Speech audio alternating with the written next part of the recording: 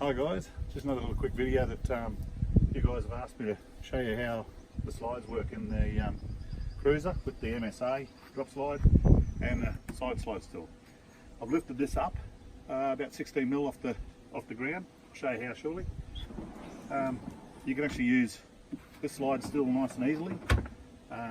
We can unlock this one. I can pull that one out. I can unlatch that one, pull it out, still use them both. I can pop that in, pop that one in, unlatch this one, bring it out, let it go right down on the tailgate. Okay, now I can pull this one out full extension. Don't usually like to leave it out that far all the time, but if you just need to access this one as well, you can still pull it out as far as this bar here. I can get access into this bridge here, get access into either of these nice and easily.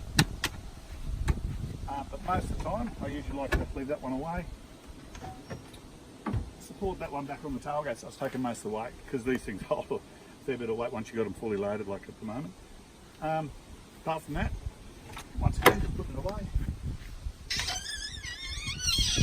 Pick it up, take it back in. Lock it. Close, that one lives there. This one here can still access nice and easily. It locks in. Yeah, and that's about it. Hope that helps. Cheers.